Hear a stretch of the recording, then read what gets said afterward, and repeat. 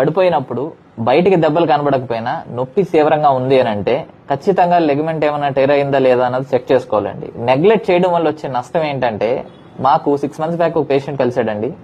విపరీతమైన కాలు నొప్పి, నడవలేని స్థితిలో వేరే వాళ్ళ సపోర్ట్ తో మమ్మల్ని వచ్చి కలిశాడు.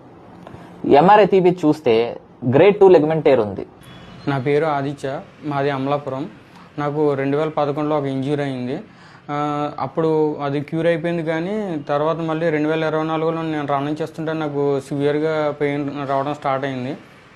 నేను వేరే హాస్పిటల్తో చూపించుకున్నాను, కానీ ఇంగ్లీష్ మందులు వాడాను, కానీ అది ట్యాబ్లెట్ వేసుకున్నాను చెప్పి నాకు పెయిన్ రిలీఫ్గా ఉండేది. తర్వాత మళ్ళీ ట్యాబ్లెట్లు ఆపేస్తే ఫుల్ పెయిన్ వచ్చేది.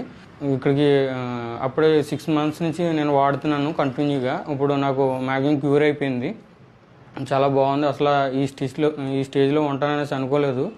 మొత్తం నాకు ఎంత పెయిన్ అంటే లెఫ్ట్ సైడ్ అసలు ముట్టుకుంటేనే చాలా పెయిన్ వచ్చేది. ఒకరు సపోర్ట్ లేకుండా నడవలేకపోయేవాడిని.